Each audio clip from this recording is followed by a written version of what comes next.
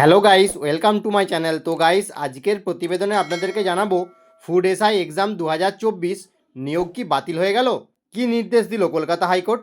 চলুন আজকের ভিডিওতে আপনাদেরকে বিস্তারিতভাবে জানিয়ে দিই। চলতি বছরের ফুড এসআইকে কেন্দ্র করে রীতিমতো বেঁধে গিয়েছিল ধুন্ধুমার কাণ্ড। পাবলিক সার্ভিস কমিশনের আয়োজিত খাদ্য দপ্তরের সাব ইন্সপেক্টর নিয়োগ প্রক্রিয়ার এই কেস উঠেছিল কলকাতা হাইকোর্টের কাছে। গতকাল সামনে এসেছে ফুড এসআইকে কেন্দ্র করে হাইকোর্টের রায়। ফুড এসআই পরীক্ষা দিতে গিয়ে বেশিরভাগ পরীক্ষার্থী দেখতে পান ইতিমধ্যেই পরীক্ষা শুরুর আগে ফাঁস হয়ে গিয়েছে প্রশ্নপত্র। ফুড এসআই এক্সামের প্রশ্নপত্র ফাঁসের অভিযোগ তুলে মামলা করা হয়েছিল হাইকোর্টে। এবার ফুড এসআই পরীক্ষার নিয়োগ প্রক্রিয়ার স্থগিতাদেশ দিয়েছে কলকাতা হাইকোর্ট। এ বিষয়ে কলকাতা হাইকোর্ট সিআইডিকে তদন্তভার দিয়েছে।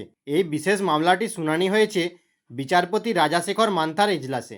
বিচারপতি প্রশ্নপত্র ঘিরে অভিযোগ নিয়ে তদন্ত করার জন্য সিআইডিকে ইতিমধ্যে নির্দেশ দিয়েছেন আগামী 22শে মের মধ্যে সমস্ত তদন্ত শেষ করতে হবে এবং কোর্টে পেশ করতে হবে রিপোর্ট। এর পাশাপাশি জমা দিতে হবে সমস্ত প্রমাণপত্র। ফুড এসআইয়ের এই প্রক্রিয়া আপাতত স্থগিত থাকবে বলে জানিয়ে দিয়েছে কলকাতা হাইকোর্ট। আপাতত এই পদে কোনোভাবে কোনো পোস্টে এই নিয়োগ করতে পারবে না পাবলিক সার্ভিস কমিশন। তো গাইস, ভিডিওটি ইনফরমেটিভ হয়ে থাকলে চ্যানেলটি অবশ্যই সাবস্ক্রাইব করবেন আর অবশ্যই একটি লাইক করে দেবেন।